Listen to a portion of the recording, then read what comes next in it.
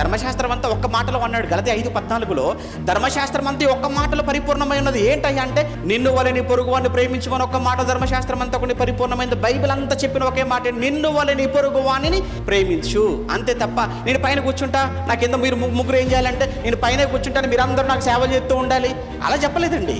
నిన్ను నువ్వు ఎంత ప్రేమిస్తావో, నీ మతంలో ఉన్నవానైనా, పరమతంలో ఉన్నవానైనా, ఏ ప్రాంతంలో ఉన్నవానైనా, ఏ భాష తెలిసిన వానైనా నిన్ను నువ్వు ప్రేమించుకున్నట్లుగా నువ్వు ఏ భేదాన్ని చూపించకుండా అందరినీ అలానే ప్రేమించమని చెప్పిన గొప్ప తండ్రి అండి ఎవరు?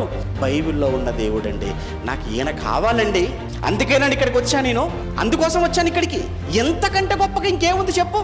ఎందుకయ్యా క్రైస్తవుల కోసం ఆడిపోసుకుంటున్నారు? వద్దు, ఏమనకండి. ఇందులోకి వచ్చిన తర్వాత క్రైస్తవులకు వచ్చింది ఏ భేదము లేదన్నట్టండి.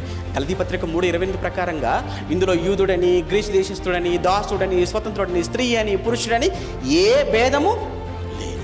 చూసారు, ఏ విధమైన తారతమ్యము, ఏ విధమైన భేదము లేకుండా ఏమంటే అంత ఒక్కటిగా ఉన్నటువంటి కుటుంబం అంటే క్రైస్తవ్యం అంటే